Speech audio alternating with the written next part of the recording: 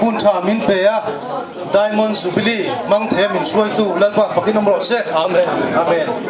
ichuan hei kan hun man dan tu tlem kan soi masa anga PYD au biten jubilee dar vomna hun man dan tu ka puan zo hin kan nenga chumi zo chuan bial tu pastor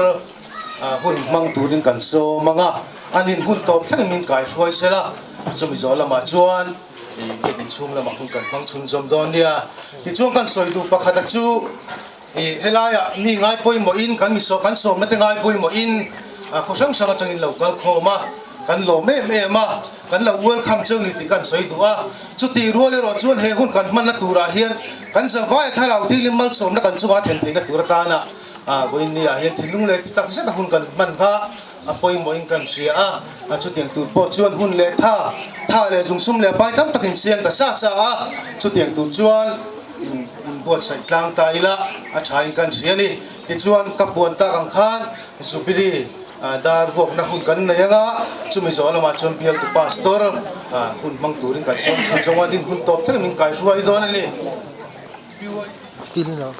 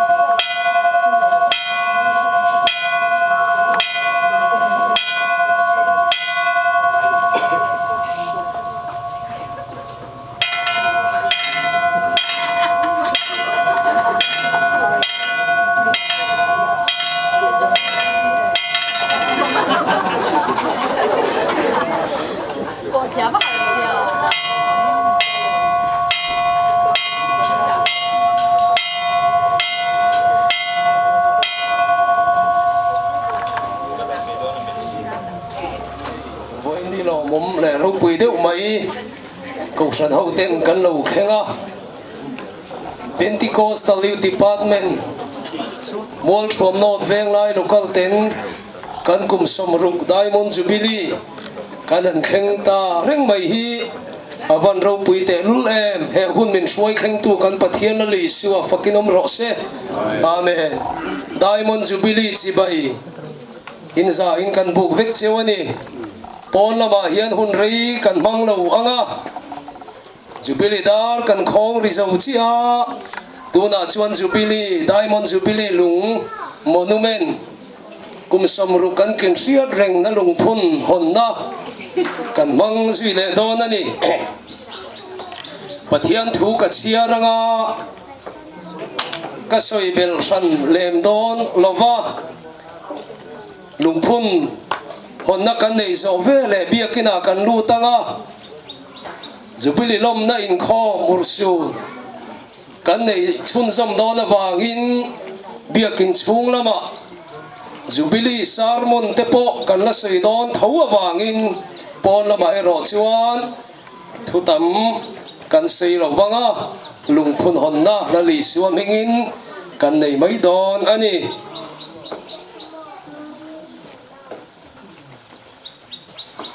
pathian thu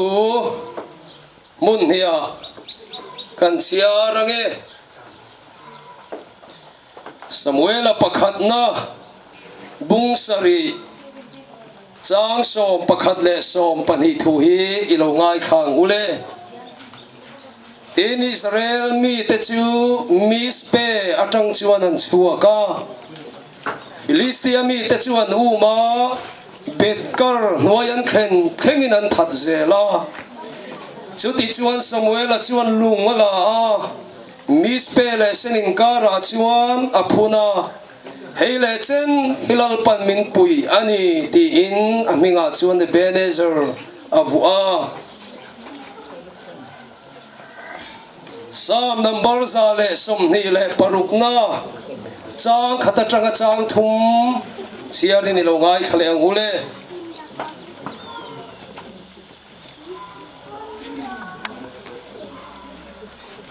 lalpan Zion salte asoi kir le lai khan mumanga mangtu tiang mai kan ni a chumi lai chuan kan ka chu nuin na khata kan lei chu hasakin chumi lai chuan nam tin zinga lalpan an ta thil ro pui takte ati sakani antia lalpan thil ro pui takte min ti saka kan lom le ani voina hian United Pentecostal Church of Northeast India Pentecostal Youth Department Mual Chuam North Venglai Local Tena kan kum som ruk Diamond Jubilee khengalom theya un kan chang hi alomom katia Mual Chuam North PYD te po voinia hian Jubilee du sakna lali suam hingin kanin lana tin voin Jubilee hi pathian kharau hlia khuna nuaya lim nani lom nani aniang nge ya lim takahun mang turin voina Diamond Jubilee mang turaron kal khom kausan hote lali suam hingin kan som chewa Jubilee du sakna inza in kan lan chewni lalpan inza in mal som vek chew ro se amen le tuna chuan Jubilee lungphun hon na kan lo nei to do na ni ole lalpa le a kausan ten mo phurnamin pe kangin United Pentecostal Church of Northeast India Mual Chuam North Venglai local PYD ten an kum som ruk Diamond Jubilee an khen na sia ring na lungphun hi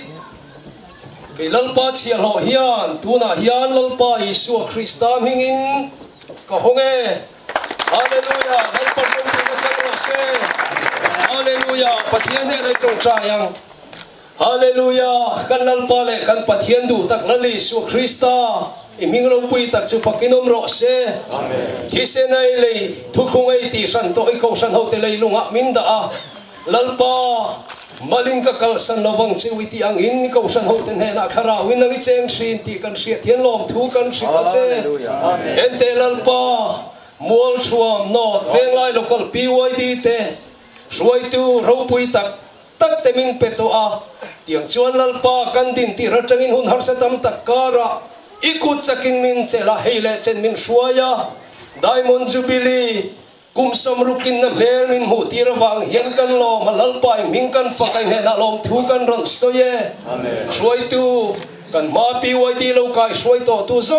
song te kan sherenga hoinia hian amen lalpa imi suai na song a lom thu kan siu cheni he kum som ruk min suai khen tu hilalpa nang ma nge inia kan chakna wang emo thil ti theina wang abo ini khen kan ni love i kharau thiang ni mamin suaina wang ani ti kan sia thian lalpa lom thu kan si nona che ti chuan lalpa voinia hian imi suaina ro pui takan chan awangin alom na chulalpa da na ani zo kati ang khanalpa inne na alom thu te soya imi suaina wanga lalpa Jubilee lom na hun mangturin he kanin bo se me kani kan hun man tur tin reng mai te kuta kan ha ne i ro pui na min man saka kharao min om pui tur che in lom thu sei chungin la li su i mi ni khoi nai ne na kan di la che amen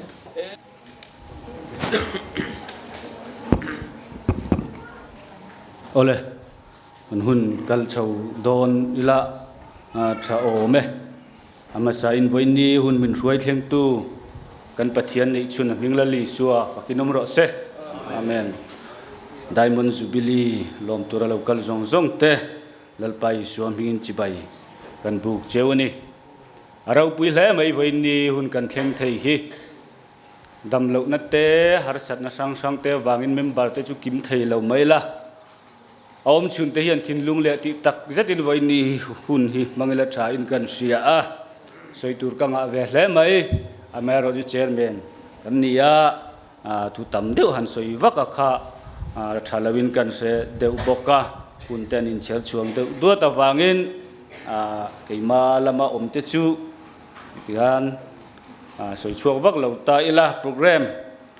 ang hian kal don ila tha in kan sia jok ani kan hun man dan tu tlang pui te kan puang nge tan la kan sa anga chumizu nuwa tan tu kan so manga lom thu soi na le nge mo soi nuk tur omte atoi theyang berin soi kan tum anga chu min nuwa Bible te pon chiar kan du viau rolin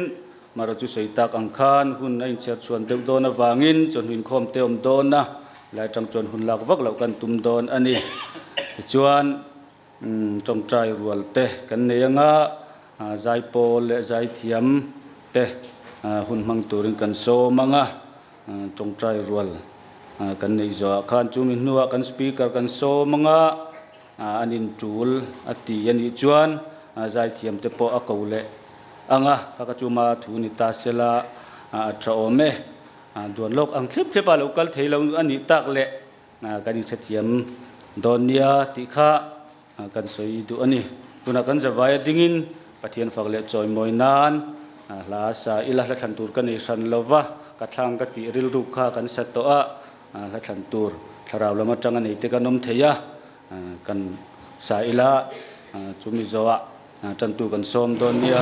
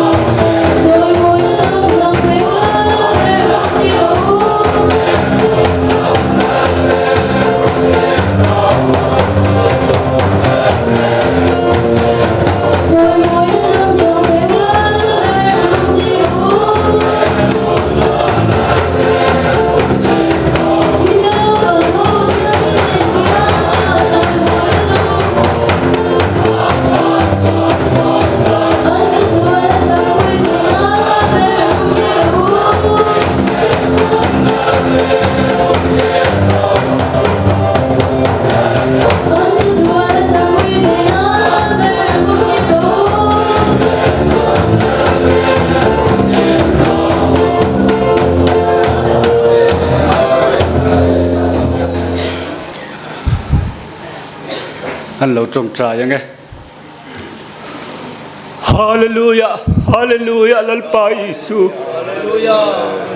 ikaw ay narawpuy takan to na vang kan lom tu kan silat siya way ni ilal pamitam takin mo malawin mo alal liyam to way ni hun kan mantay na santura sul sututam takti polal pa eko bela adam to alam an malawla ka te vang po ini kan keng teni hallelujah ang poni se po ini hilal pa kan singa tarawin law chengang che hallelujah irong bol zel thai turi lalpa minti chakthar zel la hero hallelujah amen hallelujah amen hallelujah hallelujah amen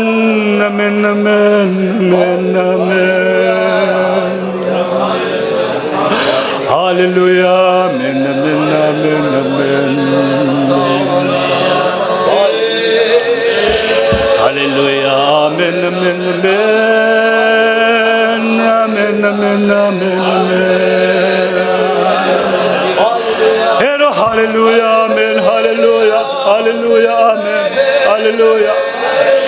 hallelujah amen hallelujah amen hallelujah amen hallelujah alpa hallelujah antar bang le kan pel bang te uri teng tu ni lalpa kan ting solo oi mangai na lalpa kan chungan niya ngayon tira bang kan lo tu kan chen hallelujah amen hallelujah hallelujah amen hallelujah hallelujah amen hallelujah amen hallelujah amen hallelujah hallelujah hero hallelujah amen hallelujah Hallelujah, amen, amen, amen, amen, hallelujah, hallelujah, amen, amen, hallelujah, hallelujah, amen, amen.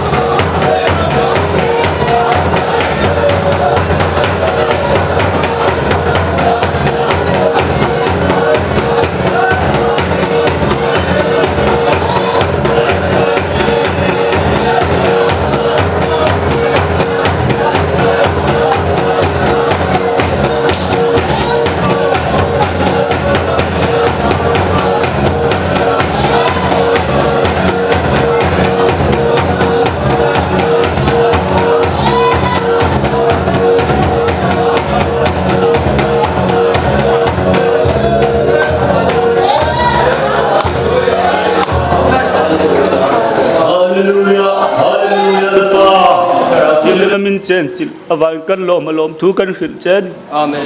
วันนี้อะไรมุนเรากันคมจงเตลลปาคลารามินเซียมทะเลละ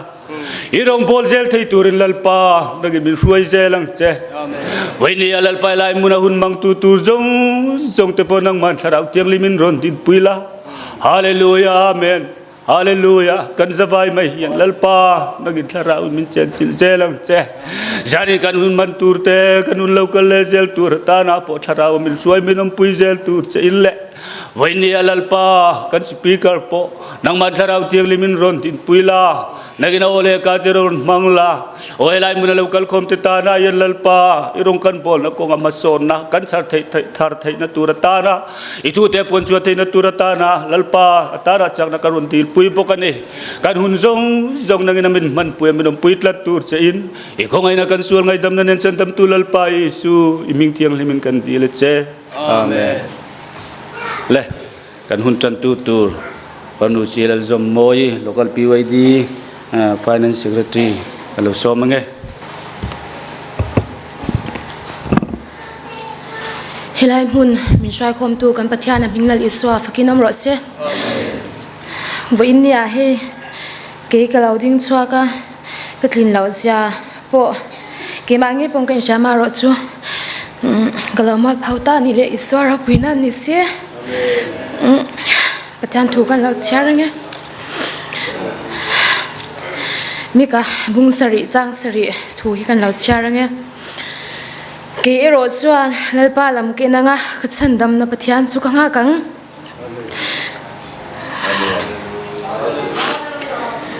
ka chandam na pathian chu ka nga kang ka pathian chuan mingai thladona o ka mel ma midiriam mai su ka tlugun chuan ka thaule ang Tima kompo in lalpa chu katan engani helai thui kadani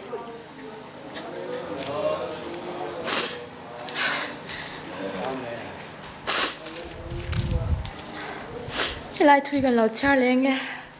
zakopele ka thon bungli chang sari atang han chu ti chuan pathian thu in omro ama ero chu diabol dau dar ro ti chuan atlan bau sanang chiu pathian na iro ti chuan nin na yang chiu miswal ti u in kutte silfai ro ri rubu bal nei lo ti u in thin lung ti thiang lim ro si om ula lungai ula chap ro in nui lungaya changsira in hlim nguya changro se lalpa mit mu in ngai tlom ro ti chuan choi mo yan chiu athogan siar lalpan kan zawai ta ma min som sakro se kan soi fiat vak dam bo ka thiam lo helai ka lo chiar ma sak tak thu hi ka du em ka tlu khun chuan ka thau le ang thima ka chut po in lalpa chu ka ta eng ani ti hi kan du na hiam achang ni in ka sha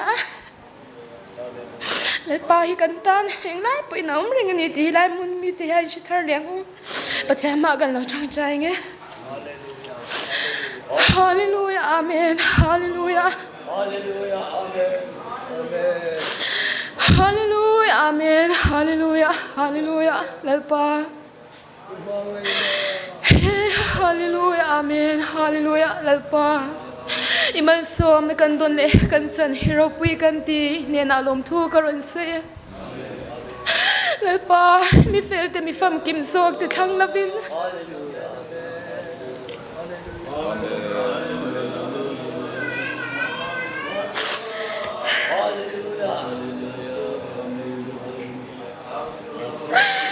Hallelujah, Amen, Hallelujah, Hallelujah.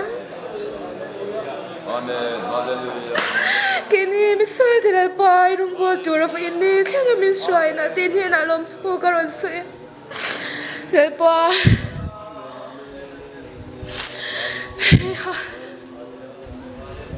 Hallelujah amen hallelujah amen amen amen Hallelujah, Hallelujah, lalpa.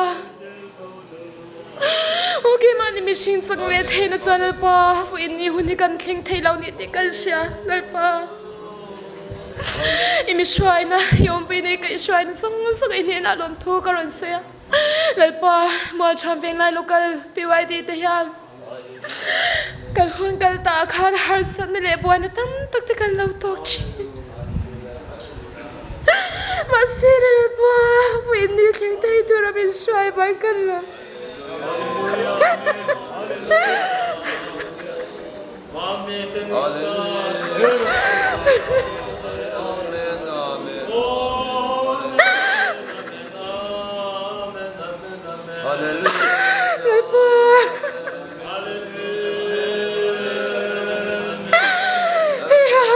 Tok chin mai la pa ni bi ka shai la pa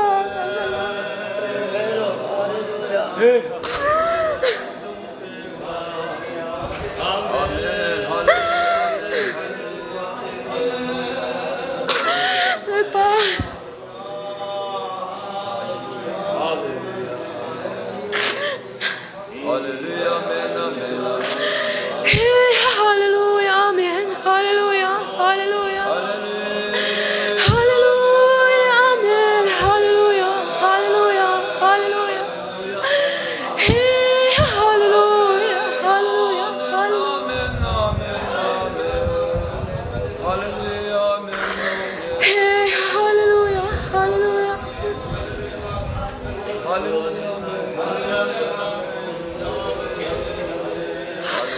Hey, hallelujah, amen. Alpa, irong bol di ba? Such Hallelujah, amen. Alpa, sebelum apa berikan Alpa, nang sukan ngai sini. Hallelujah, hallelujah. Oh, terus dia lakukan tha. Hallelujah, amen. Hallelujah, hallelujah, hallelujah, hallelujah. Hey, hallelujah, hallelujah, amen. Hallelujah.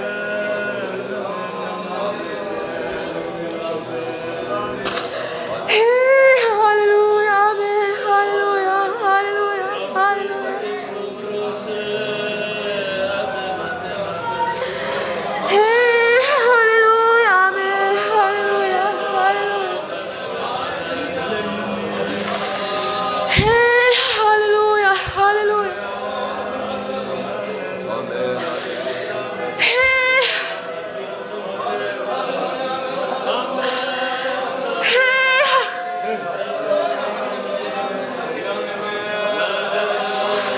hey, hallelujah, hallelujah.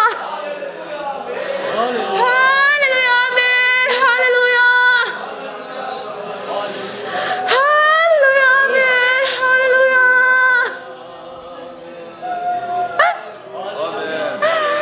Hey, hallelujah.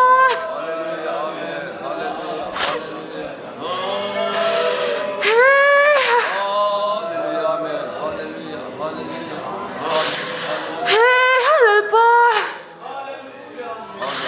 My heart's so cheated. Hallelujah. Hey, hallelujah, hallelujah, hallelujah. Hey, hallelujah, amen. Hallelujah, hallelujah, hallelujah. Hey, hallelujah, hallelujah, amen. Cho đầu thiêng liêng con gái Hey, hallelujah, hallelujah, hallelujah, hallelujah. Hey, hallelujah, hallelujah, hallelujah, lời ba. Ôi, cha nó biến rồi phần xóa mẹ này lời ba. Hallelujah, hallelujah, lời ba. Hey, hallelujah, mẹ lời ba. Rì rô nà lệ thịnh nông đam tên năng in rôn tòm đam lệ ăn chế. Hey, hallelujah, amen, amen. Hallelujah, amen, amen. Hey, hallelujah, amen. Hallelujah, amen. Hallelujah, amen, amen. Hey, hallelujah, amen, amen. Đâm lâu tê tán đâm nói. Hey, hallelujah, amen. Hallelujah, amen, amen.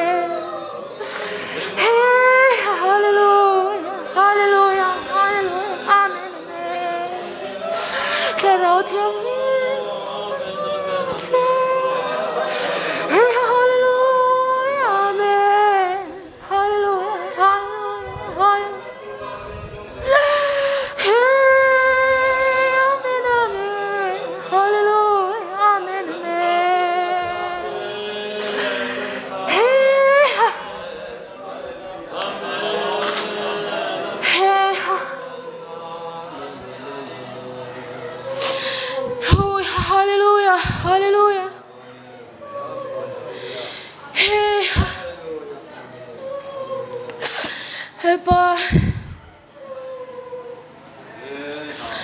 Hey, hallelujah.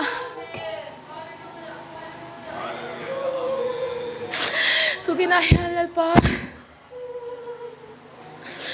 Hey.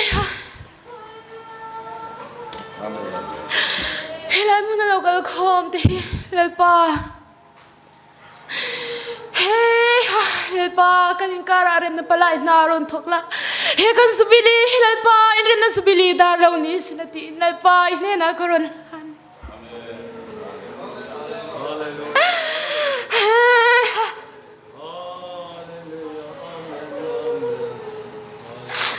Lepa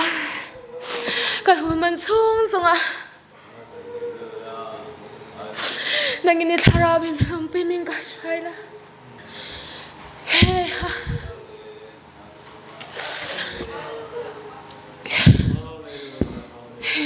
Lepa. Hey, Lepa. Kay mani sak na leway sin na chuan. Lepa, kay mani ti turom ang tipo kan ti chuang am chin la. Lepa, sumini ban sa mitin ti. Ikharaw sak na trin mi ron thuam thar le chawang che. Chanal pa tukin sing kan hun mang tutur. Kan bial tu pastor po nangin tharawin ompuin kai swaila. Sak na tharin thuam la. Iturom po an sa tur zong zong ti po chu. Lepa, kay ni law nga thatu te ta na. Amata na nge po. Ti sa le tharawa chanlen na sakda law ni zok the na turata na. Yom pui na le kai shwai na kron ti sakbo kani e. Engkim kan ti hi iraw pui na tan min man sakturin. Sun sumin mangai tu du tagal pa Isu iming tian him ni ko ngai ne na kron ti che ni.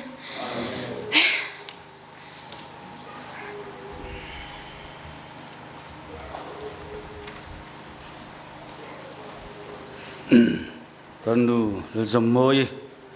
pantam takin mal som ro se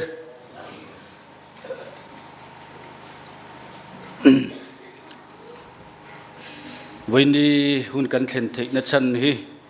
kan ruai tu masa te thorim nani ti kan sia a Wini tham thar te hian an ku mu ma par kan han chuanga rau pui hle in ka sia a hun har sa tak te an lo pal tlang to a tu le kan lai te po lo chel ding tu ten ni a an lu in kan sia a Wini a hian Jubilee kan lom ni a hian kan sereng ani ti chuan lom thu soina tur tam tak omin kan sia a hei kan bial tu pastor te program engen nei kan selawa kan han cha roi maya anin rem chang te milo siam sakin kan Jubilee lungte min han hun saka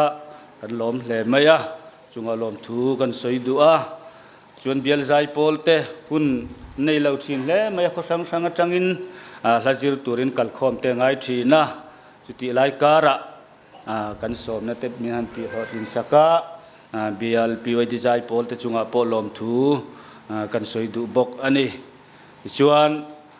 kan district roi tulam te kan han be seya amaro churem chan lo na wang in engamaro khol na wang ten ron tel theilawa penit lam tok tu te kan han be seya anin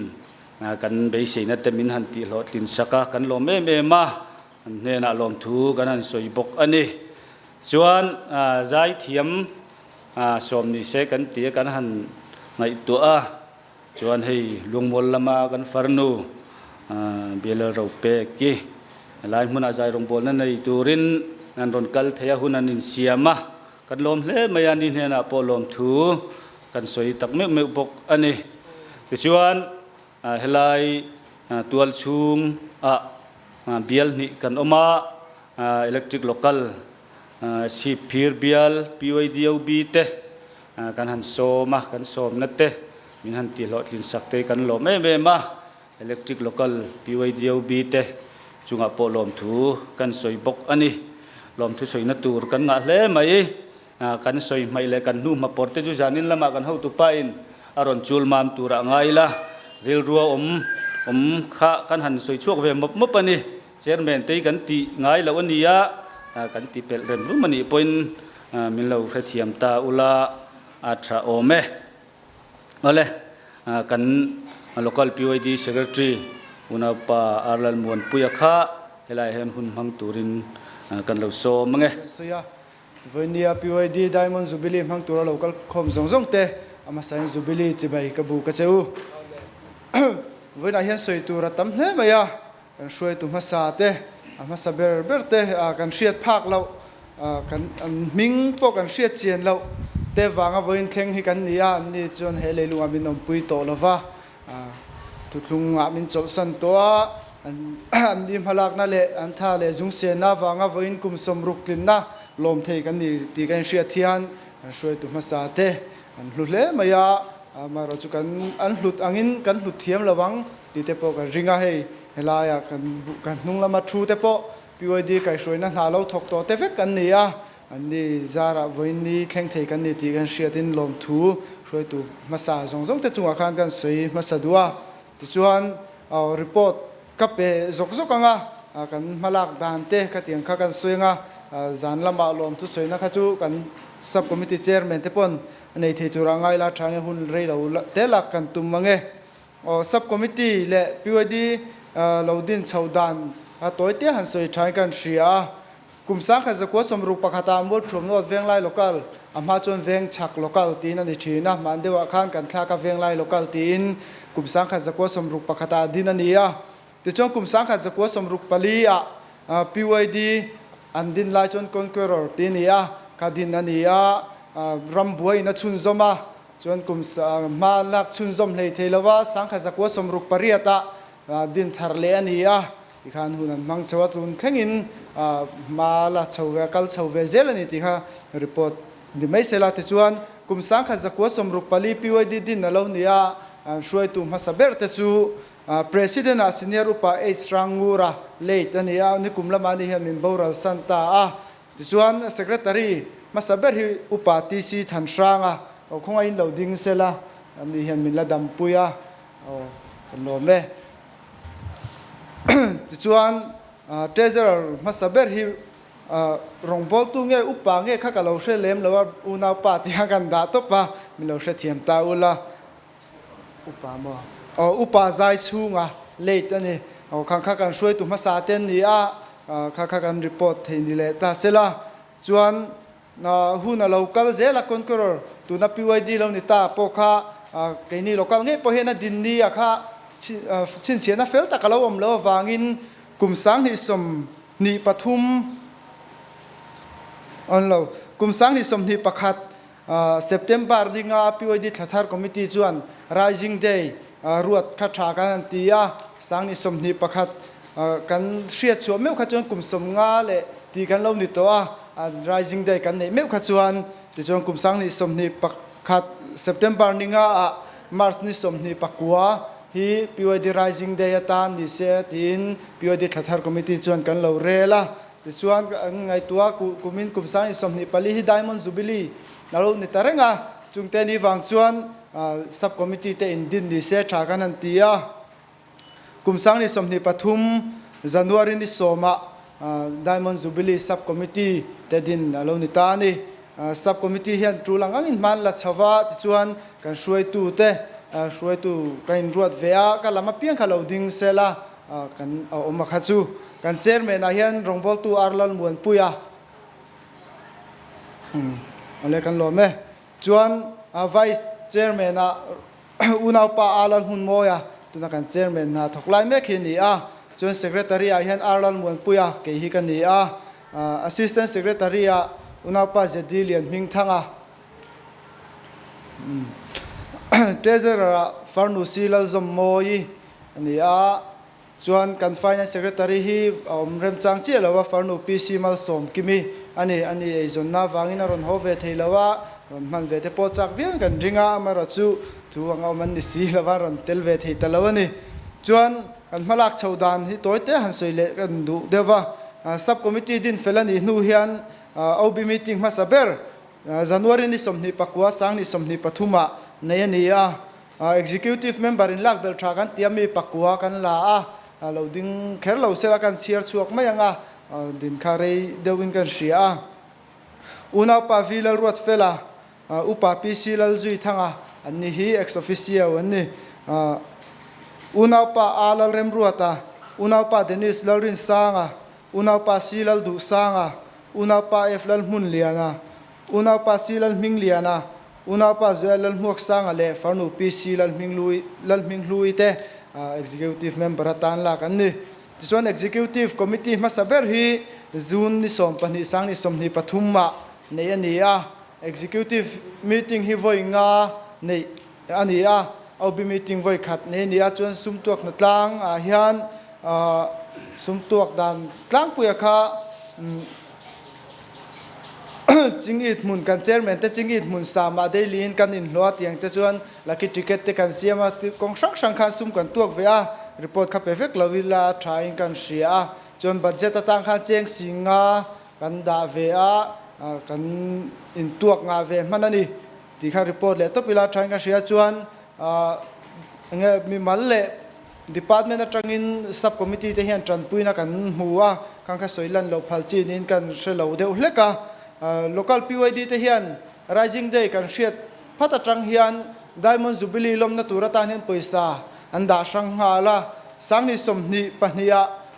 kan hriat nu kumani chu cheng sanga subcommittee kan din ma hawin cheng sanga local PYD ten sumin da san saka chuan sangni somni pathuma cheng sing khat sangni somni palia cheng sing khat min da saka PYD te local PYD te chunga subcommittee chuan lom thu kan soya tichuan local lady ten cheng sang thum min pe boka local church board ten cheng sang hi min pe boka tin hei kan rong bol pui puzoram tharaten puzoram tharate chung ko in cheng sang nga lai mai diamond jubilee sub committee te min pe boka an chunga khan lom thu kan soi tak meu ani chuan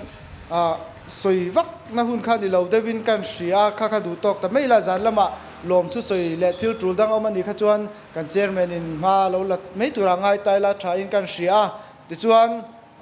hi kan lo ti leng ha lo ange choi moina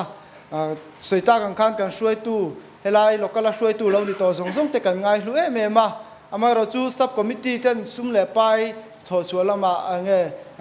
PYD ang zong ani ma kausan pu ang zonga natlang ne atama wangin duangin poisa kan thoksuak sum kan thoksuak nem thei lova hruai tu lo ni to zong te po choi moina kan pe thei lova chumi ni wang chuan ama saber ate tal kha chu choi moi veni se kan han tia ama saber apo khan an pathum khan kan lati thei ta chuang lova tuna min la dam pui om chun kan upati si than sranga hi choi moina citation pe meilat kan han tia amidang ate po kha kan ngai hlua kan tan an pui moi me mani ti kan shereng lai khan sum le pai le enge mani ber kan choi moi turate anom tak lawa chuan tin ma kan la talo mai ni a tukin zinga hian kan ro rel dan te min hria thiam saka nge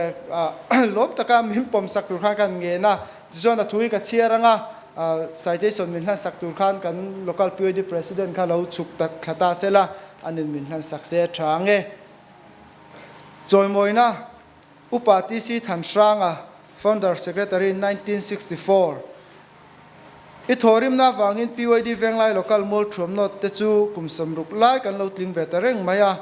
PYD venglai local mall thromnot alodin theina tura sul sutu poimo taknia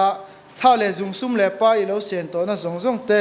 kan ngai hlu tak zet ani ti lan tirnan he thuzia khi kan hla na che alal hun moya president alal mun pu secretary Pentecostal Youth Department venglai local mall thromnot inia ahlan ni som thum mar sang ni som hi pali chuang bokani he kan han tur chu nia kan president kha lo chuk sela ani min han sakse thange o kan upaput thana kha lo ding sela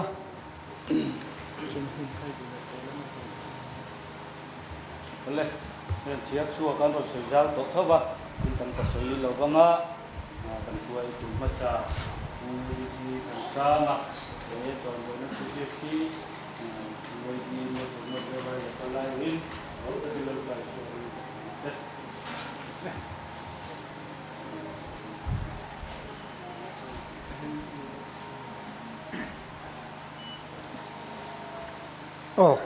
tối tên lỏm thứ sủy nè cần này không à ให้เรื่องไรปีไว้ดีเต็นเตียงฮีอันนั้นบวชใส่ชั่วของติโปฮีรู้แล้วไงตัวน่าเป็นฟิลพักแล้ววะอามาโรซื้อเตียงก็จอยหมอยนะเราปุ๋ยตักไม่มีนันบวชใส่สักฮีอารมณ์มันเล่อินกระเสียที่ชวนนี่ชื่อไงชักตาอังคารปีไว้ดีก็หันดินลายเห็นกี่ตักพี่ชื่อลัดเลยร้อนเต้ไม่กันนี่สิกุลรำลายตัวส่วนบีดิลสิกุลแต่ออกมาส่งแต่ส่วนมีดิละแต่กันกัลเด็กอุศกอามาเราจะคุณฮาร์ซารำบวยจะได้เองก็มอนีบางคันดูอังินกันกัลมูมัลเหยไทยลบวะสุลายจวนพัทยากันหูตูเตนะปีไว้ดีเสกเรตรีตัวข้าอันหันดับกวลเฟไม่อะกันเทียนประบาลนั้นเรียนข้าหันเตียอันนี้เรียกเทียมงอเละช่วงเต้าข้าอันเหล่านี้ตัวน้าปลาลัวแต่พวกข้าหันติดฟีนะอันนี้ปนเหล่าเทียมมุมมันเหล่าข้าไล่ไก่นี่หูรัวละข้าจวนเล่มาเสียอมโพลเดียวมินไงเดียวอันยังชื่อเสกตารีถกตูรินมินหันโซมาจวนจริงลิ้นเหล่าตักจุงเละเป็นเหล่านางอังินกันหันถกเสาเวียติจวนคติหุ่นไล่ข้ามกังกระลติข้านี่กังกระลปอกาอาเบสเปลตักไม่อันเชียมาจวนรำบวยลาข้ากันตาร์บ้าทีน่าไว้หูเตปอกานี่กงเล่ละมาจวนอันจ่าเวียบะเบสกันตาร์บ้าข้าจวนรำหน่วยเมียนนี่ละวันนี้ติข้าอันเสียอามาเราสู่อาเซียข้าหันเอ็นเจียงเดวะอาเซียกับขันร้อมแหลกเขาทนมีขันรนละชัวกินเนตู้อายินกันเราปุ๋ยติข้าเราอินเซียกลัดไม่ข้าอันฮดลัดไม่ได้ไปหกขันข้าจะจังขันหนังนี้เขาที่มีชัวลินดีให้เตียงให้ติเรียงต่อสู้อันติตากับบางขันกันติจิกละมาจังตะโปขันนี่โดนตะเคียนตีขันมิ่งดังอันหล่นฉากตาแต่ชวนกังกระติข้าจูคุณไรตะขักันกัลปีแหลมเหล่านี้ติตะขักันสวยหลังเวชไว้ในตาเสละติชวนเตียจอยมอยนะตีเนี่ยรวยตู่หลงล้อมชุนแต่ชิงประเทศคอยนาซาระดามาหลงล้อมชุนตาจูเตียมีนันหลานที่กลองเมมาอินทิลตีให้เราปุยตักเสตนิติค่ะลองถือกันสวยตักไม่วันนี้ก็ลองไหมกัลเชวเซลังกันจัสบอดลำจังเตะเละทาราวลำจูนัดเตะเทียนนี้ทุกวันตัวไปหมดเตปเทียหุ่นกันห้องถ้าส่งเหล่าไตลาใช้กันเสียให้หุ่นละตมะรู้ไหมถ้าส่งละวินทาราวลำจูนัดเตะเละทุกไปหมดปวนตัวเติมเทียหุ่นกันเหล่าห้องไงกันจริงแล้วก็ให้ปีไว้ดีโปรแกรมอันนี้อันนี้รอลเวปอดเฟลล์เร่งไลน์เฟลล์จอกโอเมที่ชวนกันปีไว้ดีเตเละกัน Diamond Jubilee Subcommittee เตปฏิญาณินฟินนัตเตเละเริ่มเชียนัตเตเปีย Diamond Jubilee เราปุยตักมังเทตุระปฏิญาณินจากนาเปกับวางิลปาจูฟกินน้ำรอเซอันจุงอาเฮียนเกาครันมีปุยเตปกันล้มเละไม่เฮตียงอังหุ่นปกมังลาวา Diamond Jubilee อสินเตียสวยเลี่ยมไม่ลาวาเทโตไม่มังเทตุระจันนันหันลาเฮกันล้มตักจิตนิติเข้ามาใส่กันสวยดูอันนี้ติดชวนข้านัจินเราสวยตัวส่งมีปอยหมตักเตียนโซมาข้าขานฟูนกิมเสละอินรอนเตลเทียวายกันล้มตักจิตเก้าชันไอโอเตปนล้มถูกันสวยดูอันนี้ตินก็สวยลั่นเลยดูพระปฐุมนัจูลำลายขานทินลุงละมาจานาอินมินบัวละตุนันสยังขานกัน founder กันพิอนอร์ตะฮูก็มิทากันลุงอะไรเองเรียติเตยังดัชนินขานกันสวยเจียงนกงาโซวินีร์เตบัวเซอันนี้ตากละวะชวนผู้ชายชูงอุปชายชูงกันปีไว้ดี founder ตุงอุปจัยชูงติข้าตำจอกจุนกันเสตโลไม่เทนิทลายเตเลเฮลายโลกัลชวน upazai chu nga kha mol thuam hun rei takan oma ti chuan ei zonna wangin ai zol thuam puya an pema ti chuan a tha te chu a fa te chu hei farnu ro thang pui han ding lok te se hei hi a fanu ani ti chuan ti khan in hre theyome farnu ro thang pui pa hi ani ti kha kan soidu ani ti chuan president kha nie upai strangura ania kha ka chu soi ngai lo tura ngai la ka pa ania ni kumlam october ni som khan min lo boral sana tun hun hi thleng thei tura ril ru te pon an da ma ro chu pathian ro rel na kan dang thei lova ka ngai tu na aron kala mishing lama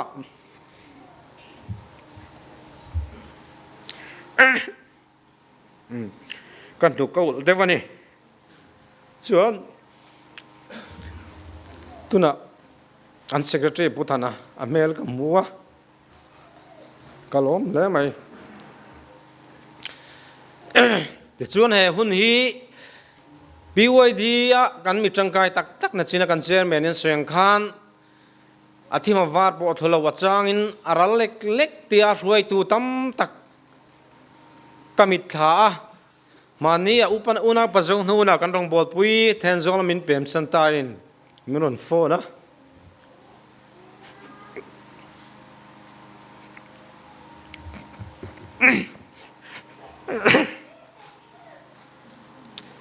he hun hi tel ve alo in ring ve dewa ole min lo se thiam sam te ru ana dewa ma se aron tel thei talava ti chuan tukin zinga kan district BYD president lo di secretary ni train kan una padu manen kan hanin phone ole alunga len thu te miron fil ve luama BYD masa general huite aladam om tang ang te lo soi ve thin lung lama lung le na ron kal te ule ka min lo se thiam sam te kamul pho ani der mai ti chuan an hun laya mol thum veng lai veng sak local hi district level a po BYD yang zona te an chang rual ve ke nin kan siat phak china po hian lunglei district a hian BYD Zaipol om chun ni te pon ka hre hial ani ka soi sul lo mai thaya mana chuan tuna kan rong bol pui senior tak tak te tuna ka han soiran lo tam tak la dam om chun te an oma chung chuan helaya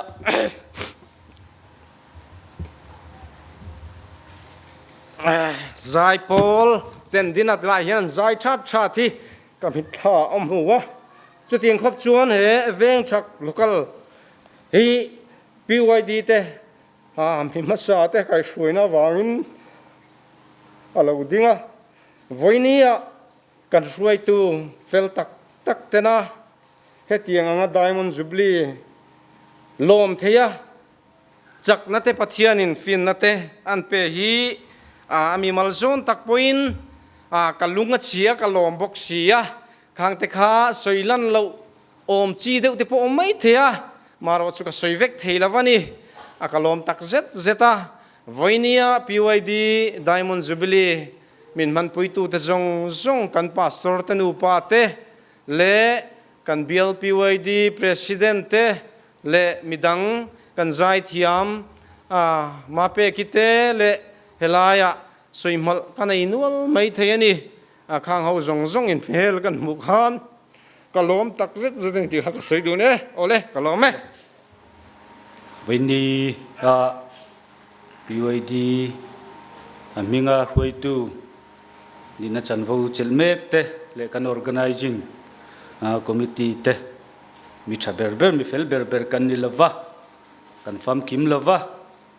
engema ti diklau nu ma phuai deute lo mani pon siat thiam na kan han nge ni sela thawame soyang khan zadina he program khartu tur kan chairman in huna mangdona anin felfai takin thu an ron clip tura ngai taila kan farnu pe ki pilaro pe ki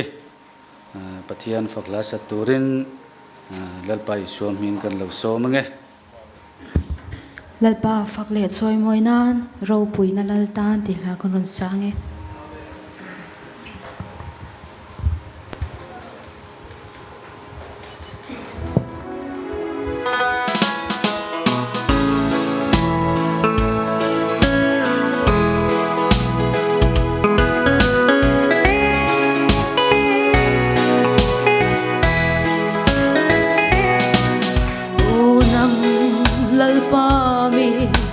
thut lung thiang lim ba nga ser tan lal pan gadin thar le ang che ti lim lai la na muna pathian mangai na me tong tu le van nun zir tu ring ne na pwan sa ta ro le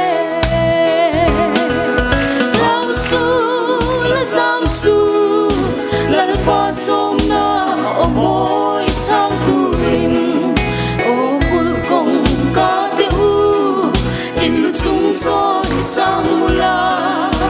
ani kong khar lun te u in khai sang ro ro pui na lal pa hi alo lu do na nia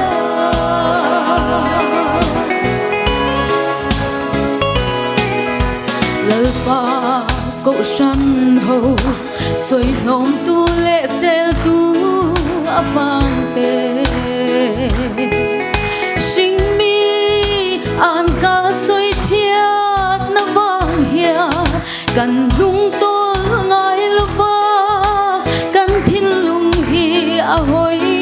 kir ngai lo thut lung thiang lima aderin kan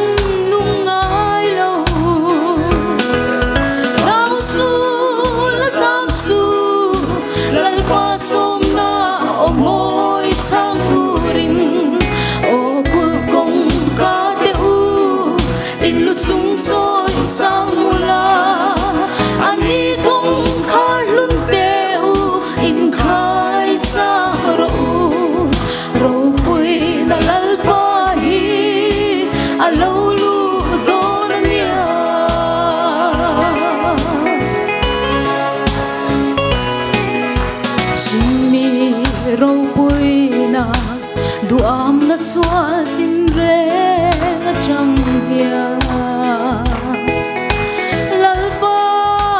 kutin min chan chuak thei ani min chan chuak lo ma se ba ma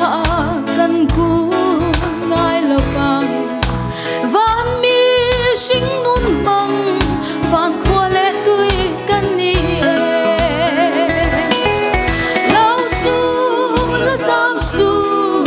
lalpa som na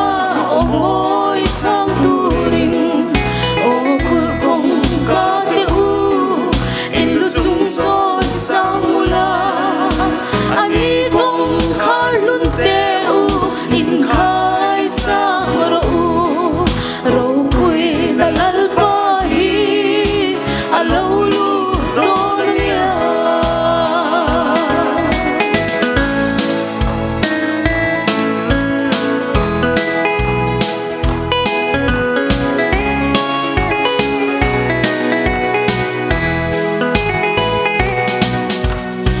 vel ro puina duam na swal tin re na tang hia lalpa kutin min chan chuak thei ani min chan chuak lo ma se ba al ma kan ku ngai lo pang van mi sing nun mang van khole tui kan ni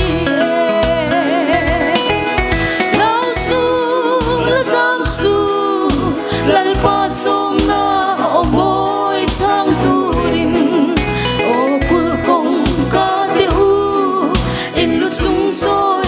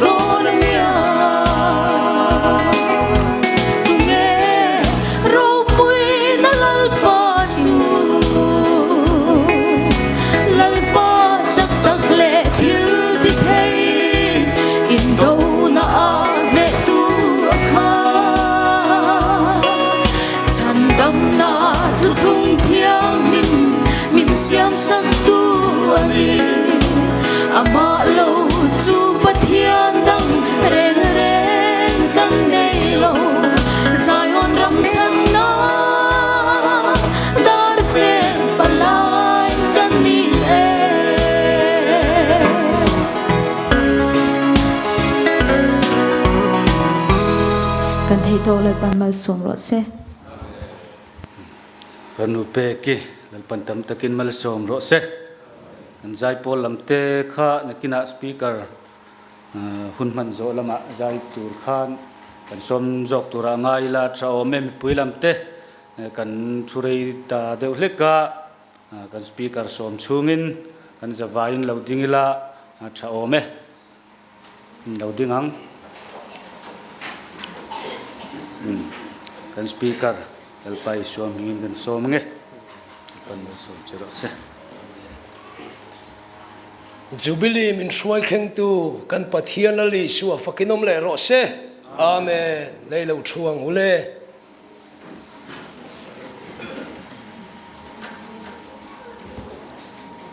kini mual thuam no venglai local PYD ten kan kum som rukin na Diamond Jubilee lom na hun ro pui tak mai kan an buat sai a hi alomom katia ro pui katia minga bial tu pastor kan ni ve na zona tang po in lom thu kan sei non le ani hey min du sak le maya kum som ru kan kin siat ring na lung phum hong tur ten minan tia tin Jubilee thu cha sei tur te min du sak zela ke aya du sak phu zok te poin omang a ti te kan ngai tu a lo thok rim em te voinia hian ke aya dingom te poin om trevin ka ringa ma ro chu ei kan suai tu ten du sak takin ka kowa mo phurnan han ngata kain sit le a kalom boka min du sak na zong zong alom thu masa in kan soi ani hei tu na ya kasikang om na ni vel chu pon chuak loin kamu bet deu renga hei hun pui kan man na po hian kamo phurna pui ka len theilo mayanga ka tia ka lungai khopa pathian he na kain lan mol mola amaro chu pathian chaknarin chan chungin sacrament sem turten kanan chuak vonvona lalpan minom puya mual pholo chuan tin kan thling ka ram sina voini poi ka hu puruvia wa mindu sakna lu ka ti sia tin kan hun ton le kan program buat seite ro pui in a lu box sia chaklo tak chungin kan ron kal siang khan kan nu pa in he Jubilee mang tur hian kan local ani Diamond Jubilee chibai inza in kan buk non le vek chewa kum sang khat zakwa somruk le pakhata helaya hian lalpa kausan loading ani ti kan thalai suai tu te nan soi kha kan si anga kausan kum somruk chuang kan lo ding thei te po hero pui katia tin kan department pakhat BYD te nan kum somruk na voini an din ni chuan puan ang khan march ni som nei pakua sang khat zakwa somruk pali ni ni min khani amaro chu Christian te ni poimo tak Good Friday ne nen ruala voin hilom na hunata nan han ruata tiang chom voin ni kanan kheng te ro pui kati tak meu ani te chuan kan suai tu masa te voin ni kan khen theina turata na rim taka lalpa kausan mangai taka rong lo bolte choi moi na chang kan ria te kalom le suyang khan secretary masaber puthana po amel kan mo kan zinga anda til thei te hi alomum kati ti chuan karil rualan angin PYD Diamond Jubilee kan lom na ni ro pui berani angin kumsang khazakwa samruk pali alodin atanga PYD suai tu voini khenga tun huna PYD suai tu ni mek te tiamin PYD lokai suai to zong te tu kina in khom te kan thut mu na tangin ding turin kan som du chewa an mani choi moi nan kut kan beng dur donia le pi wai di suai tu lo ni to zong zong te ka so ma che u an ding ro ule o putana pon ding te se o len ma ni choi moi nang kutin beng te ang alo mo me thuro ule kan ngai sang le chewa in thorim na wa nga voin kum samruk na jubili ro pui taka lom thei kan ni ti kan in sia ani le pathian thu kan chiar hal anga o te ngai khak pon nuam lo viau vin ka ringa min sethiam donia jubilee diamond jubilee sermon ngan soidon anga pathian thung mun nia kan chiar le ange masazo ka chuan leviticus bungsom ni panga chang khat atanga chang som pathum kheng khanin kan chiar don ani jubilee ani angin helai thu hi kan chiar poimo in kan si ani leviticus bungsom ni le panga chang khat atanga chang som pathum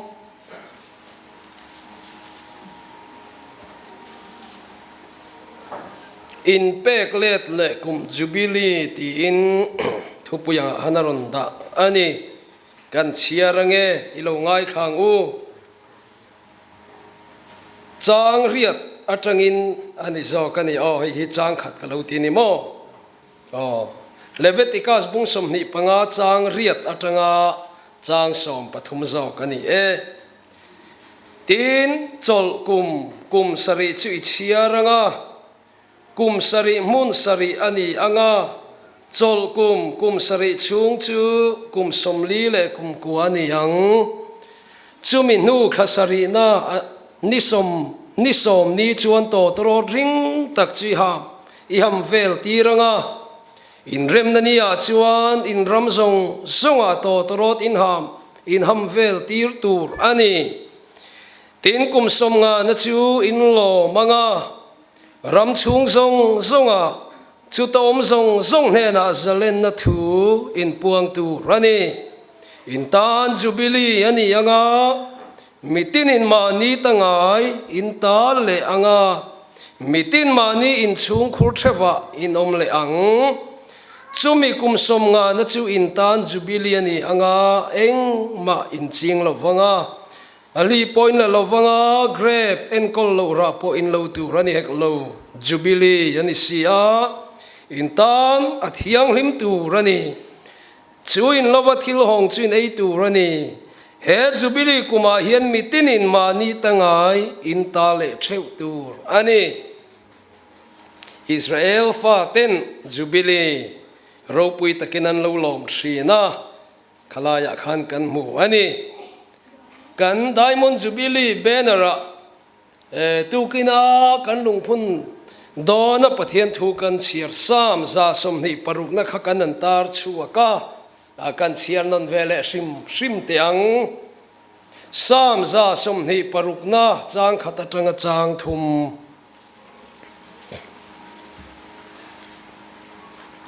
lalpan zayon salte suai kirle lai khan mumanga mangtu tiang mai kan ni a chumi lai chuan kan ka chun nuin na khata kan lei chu hasakin chumi lai chuan ham tin zinga lalpan an tan thil ro pui takte ti sakani anti a lalpan thil ro pui takte min ti saka kan lom hle ani ein rem khopin ka sia hei PYD ten kan kum somruk mel kan lo mutareng maya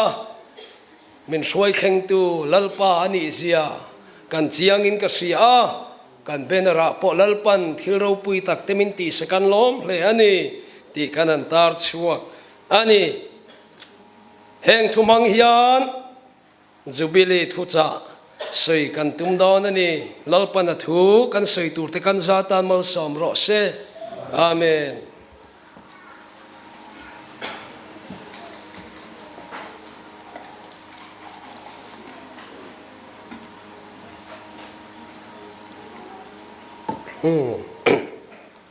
uluk devin man mo lovin ko chak vak lo nen taksa chak lo dew soi kan tumanga soi rei lo kan tumanga hun te pon kal deuh ta ekhi tin chan hu in khom te kan nei anga kan BLPOD president he na chung thu cha te kan langai khadon tin kan ria nga lel oma chiwang chuan toy fel te in jubilee thu cha soi kan tum ange ole hey jubilee kan han kheng a kan han mang a Israel fa te po khanin jubilee hi an lo mang thri na ni ti kha Leviticus kan chiara khan chiang takin kan mu ani an ni chuan jubilee an tian lom thina hian kum som nga na hi ani thina ni ma sila hun local zela kum som ni panga na te kum som nga na te tiang chuanin kanan som ruk na te za na khengin tiang hian kan lom chho thin ta lalpa ne na kan lom tu soi na ni chuan alom om veka ngai tiang ti chuan ke ni mol thuam not veng lai local PYD te pon mars ni som ni pakwa sang khaza kwa som ruk palia kan lo di na tanga kan chiarin kum som ruk mel kan lo huve ta reng maya kan soi tuang khan kan suai tu masa ten rim takin har sat na tam takara he pol hi an lo kai suai ani ti hi kan thin lung hian sereng sela tha in ka sia voinia kum som ruk na kan han kina suai tu phong vuan mek te le kan PYD member te po in puikin na kong zoa kum som ruk mel mu to kan ni te po hi kan in sia drink te po tu lon ta in kan seboka tina ko sanang zong pon kum som ruk kan king to te hi alo mum khop maya mi singlam kuma po kum som ruk chu kapu kan ti thin te kapi kan ti thin te an ni chuwang chon he lalpa ko san hi mi singlam kum chiara po kum no pang kan ni talove Samuelan mispe le senin kara lunga phuna ti chuan lung phun chu Ebenezer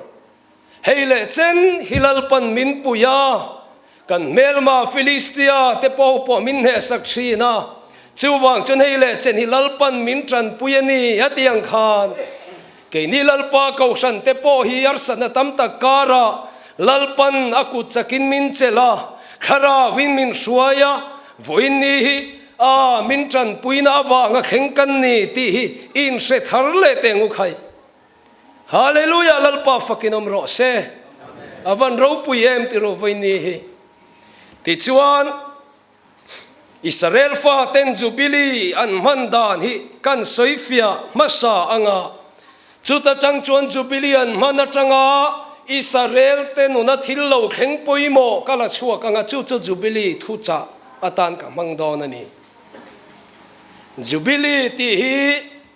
hebrai trong chuan Israel ho chuan yobel antia yobel ti chu beram paki tina ani mayani ti chuan an jubilee lo khen chuan yobel beram paki chu puithiam te pon an ha ma anti ri ruaya Israel mi pui zong zong in jubilee kumalo khengtani ti hian hretu rani voinia hian ke ni Pentecost ko san he kangom te hian ko san member teber khengin jubilee kan khengani ti te hi kan hrekim tu rani tinani chu to torot beram paki chu to torot amangin an hamri ruaya ti chuan jubilee ti po chu yobel beram paki ti namayani chu ti chuan an kum som nga na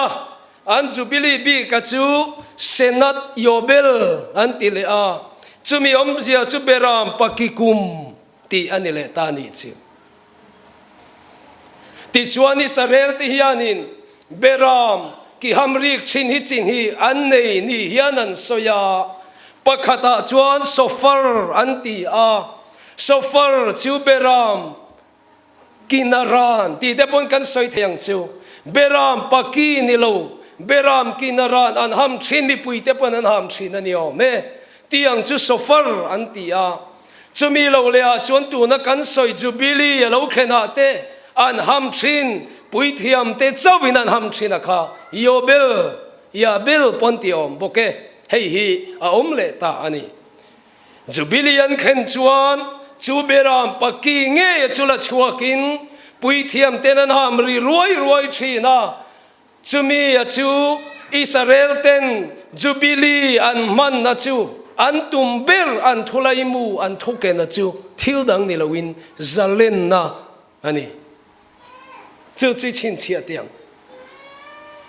jubilee alo khena beram paki an ham chuan zalen na thuan puanga jubilee na ko ber le tumber chu zalen na ani antikat ani chu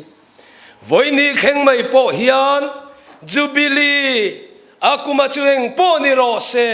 jubilee kan man reng hian ako le atum chu zalen na thawani zalen na hi ako le atum berani ti hi kan hriat chian na tan kadu ani le ti chuan Israel ten jubilee an mana an loma chuan lom na thil lo kheng nge pan ni a chu oma chu tu kin an jubilee thu cha ka sei don ani pakhat na chuan Israel fa ten jubilee kumalo khena an pui thiam ten yo bel beram pakin amrik ruaya zalen na thuan puana Israel tia jubilee mang tu te lo kheng nge tu ranti pani zinga pakhat zok chu hei hi ani a tu na levitica second sierra khan kan mu ani boyom zong te an zalen tu rani ti hi jubilee lo khen kuma chuan Israel fa tene na lo kheng thin an puan chua ani a voinia hian ei jubilee kan manga chu ala poimo ringin ka sia tun lai kan ram din mun te ka ngai tu a zoram Christian ramintia te po hian ka ngai tu a Christana boy ni tu ra Calvary thi sena kan to kan sa mata ni to te hi ke ni phei chu mata ni tu ra thu khunga ti san to kan ni boka lalpa boy Christa boy tur kan ni a Krista thu om tu Krista du dana ang zel om tu lalpai thuang zel ni ro seti mai tu Krista boy kan ni reng lai hian nima sila Krista na boy be thailo ring tu hi kan vatam si hem kan rama hian tiru kharau min ti si Krista na boy be thailo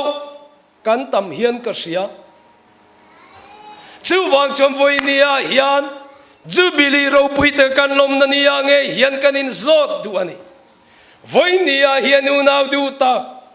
engin nge boy betche tu na hian voinia hian tun hun kheng hian engin nge min boy bet a then chu sumle pai boy a tang kan ni mai theisin sumle pai te hi tu na chu kan pathian le to mo ti the kan rama ti hian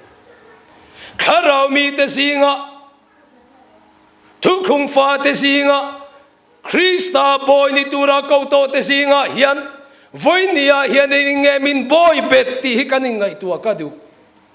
then chu sumle pai ngai tu na liring kan ngai tu ni kan senga ko sanho te singa po hu ni kan mangman lo mai theyasin lalpa min ko na zon po kan ti dik man lo mai theyasin voinia nu nau tiu sumin emni boy bet che ti kha in ngai tuaro eng boya ngai om ti ka zo du che jubilee a chuan boy zong te chua vector zalen na thu puan tu an zalen tura ni top mai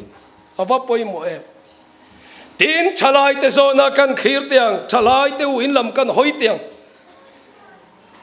BYD Diamond Jubilee voinia kan lo ma ro pui takin ava thae ni ma se voinia hian Jubilee ni nang takin mang tu rin kanin bua sai ka du he kan zoram dung le wang khir te hian thalai te hi Krista boy ni lova rui lo boy ya tang ti kan thalai ten vatam te lul le he zorama hian rui lo a luar khop maya Paul tin hian thu chua hian siam wai meang zong ten thalai polang zong ten rui lo do war kumate rui lo boy tang chan chua te la tang lo veng him te kan buai pui zoram buai pui ber hin i tran to me kani he kanga po hian kan thalai te singa nge po hian he Jubilee kum kan man mek lai po hian rui lo boy tang te kan omem Sual boy tang mek te kanomem, Kovelina boy be mek te kanomem, Israel fate singa Jubilee lo khen kuma chuan, to rotan hama, zalen na tuan puanga, mi boyom zong te chu, an boy betuata chu chua zalen vek ani atiani chu, lalpa fakinom rose, voinia po hian sumle pai boy tang ani mai thei, lalpa rong bol tur po hian I hunle, lalpa a pek nang zon che poi ti dik thelo I hlan thelo ni mai thei rui lo boya kan lo tang meka lalpa man thei turin ko sana poi kanin pelo ni mai thei chalai te zona po rui lo boya tangin swalin min boy bet meka ni mai thei chung zong min boy bet tu ta chu voinia hin zalen na thula li sio ming kan puang ani hallelujah lalpan ro pui na chang ro se Hallelujah, chu Jubilee lom na niya chuan zalen na thu puang ro antia boy te po an boy na ta kha chua zalen victorian ni kharau mi te po lalpa kharau na min suai da na om thei lo min boy betun omani chuan chumi ta chu chua zalen in om ro khai Jubilee dar kan vuak rik te kha voinia hian lalpa na min man thei lo na tura min boy bet tu sang lakata min chua zalen na tura dari lo ni se ka van du em chu Jubilee tak Israel fatinan man na huna chana kheng thri nang khan voinia po in he Diamond Jubilee kan man na hian lalpa boy kan ni na ta rui lo boy mo sual boy mo kovel boya sumle pai boy ni mai the chung boy kanta na ta chu lalpan he Jubilee hian min chua zalen sela Krista boy ni le turin zalen na thu ipuang ango katiani lepan hi na chuan Israel fate singa Jubilee lo khen khan mani tange yan nei let le victory katiani chu mi in te an loin he laksa kani mai thei mi ram te an loin nei sak po ni mai thei mi huan te po ni sila mi thilak he Jubilee lo khen chuan bera pakin hamri ruaya zalen na thuan puan to chuan mit in mani ta theu an nei le thin tiani chu ti hian ka ngai tu ta Sama Khan Psalm number za chang thuma khan kan mua lalpa chu pathian ani ti shero u min siam tu chuama chuani ama ta kan ni ami tele rankat na muna beram ho te chu kan ni ti kan mua voinia hianu nau teu kan zawai mai hian Krista ta te kan ni ti hi in sete ngu khai min siam tu chuma chunia amata te kanni atia voinia hian jubilee kan manania hian min nei tu la li suan he na ta wak bo mek te po kanom mai thei sin ti hi ka ngai tu na omani jubilee lo khen chuan thil reng reng kha nei tu kuta alet le vector an pele le vector ani top mai ani voinia po hian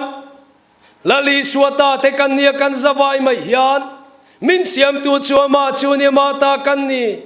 amata na nung tur kan ni lai hian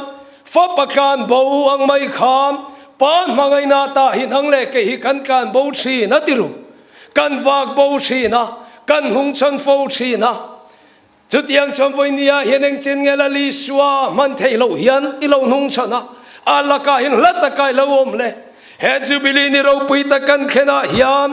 mitinan mani nei tua chewan let lenga mani ta chewan nei le tu raniang hian nang ma kha nei tu chema chu chunang ma siam tu pathian khini lali suata ini chuwang chu lali suan lakai lo wak bo ani pon lalpa ne na he jubilee hin kirle ro ti hi ka chadu cheni jubilee kuma chuan mani ta nge yan nei le le vekangin lali suamin nei tu ne na hian amata ni tu ra kanin pek thar le ka diwani chu voinia hian jubilee thu cha ka soi du ta chu nia thu dang tam tak sei tur pomang thu klang kan kom daw na nge mol suam not venglai local PYD ten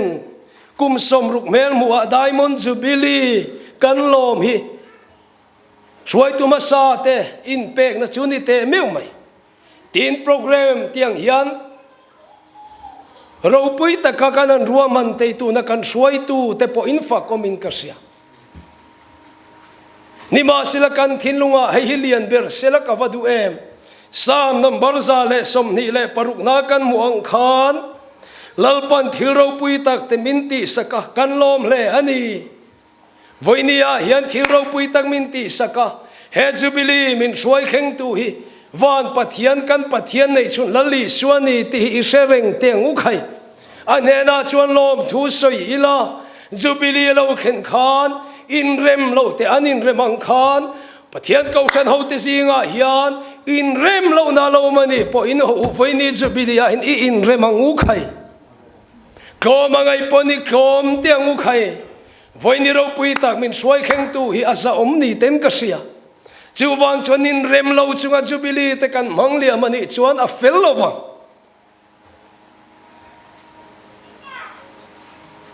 mani ta an neya mi tan lak sak po anin pele veka in rem lo te po anin rem veka zale na thuan puang ang khan voinia hiam diamond jubilee ni ro pui ta kan khen na nia nge hiam min salbet tu khovel thil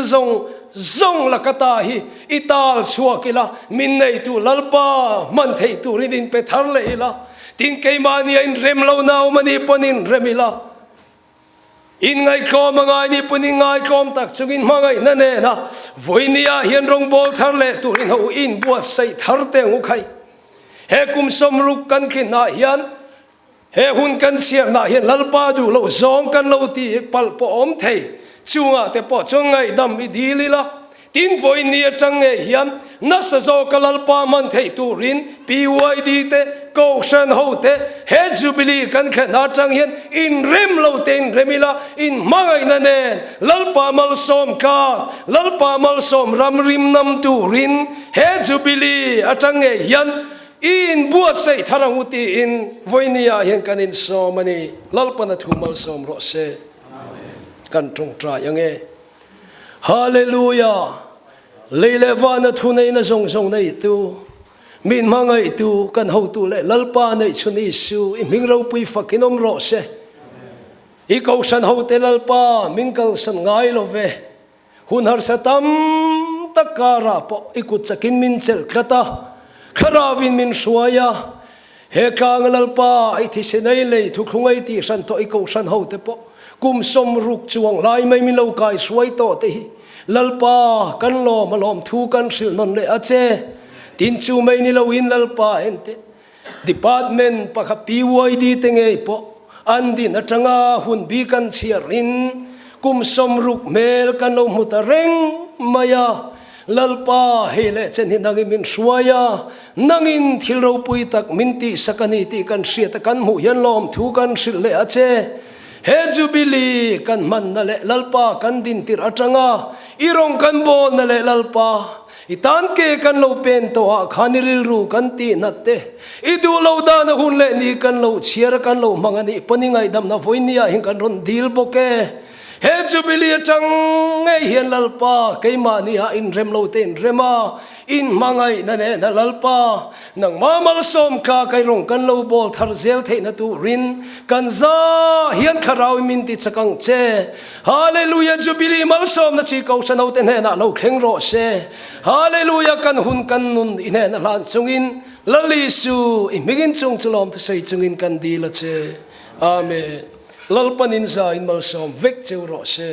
อาเมนเลยประเทศถูเราปุยเดียวไม่กันหันง่ายท่าอารมณ์แล้วนี่กันกัลชาวเซลงอันเบียลพิวดีใจพอลเตประเทศฝักลาสารองบอลนั่นในตูรินแล้วไปสวมหิงิน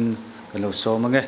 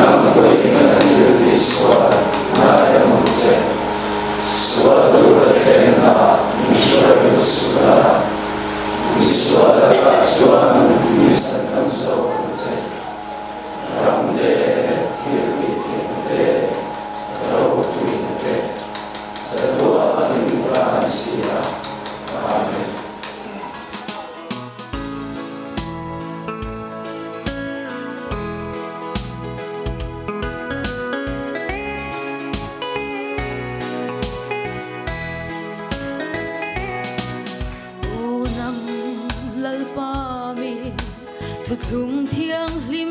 ba nga ser tan lal pan gadin thar le ang che ti lim lai la na muna pathian mangai na me tong tu le vanun zir tu ring ne na puan sa ta ro le lao su la zam su lal pa som na o moi chang tu ring o bul kong ka te u in lu chung chon sang mula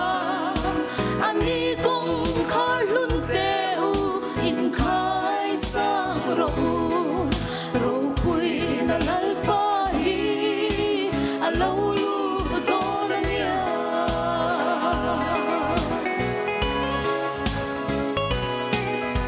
lal pa ko shan ho soi nom tu le sel tu apang te sing mi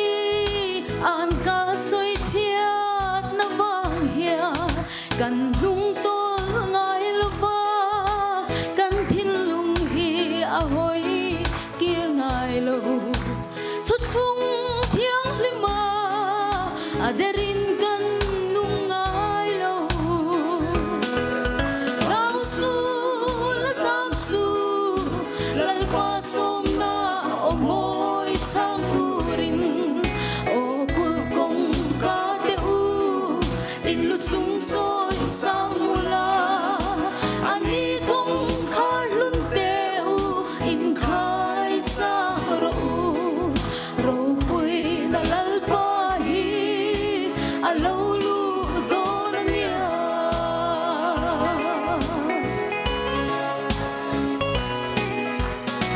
mi ro pui na du am na swal tin re na chang hia lal ba ku tin min chan chuak the ani min chan chuak lo ma se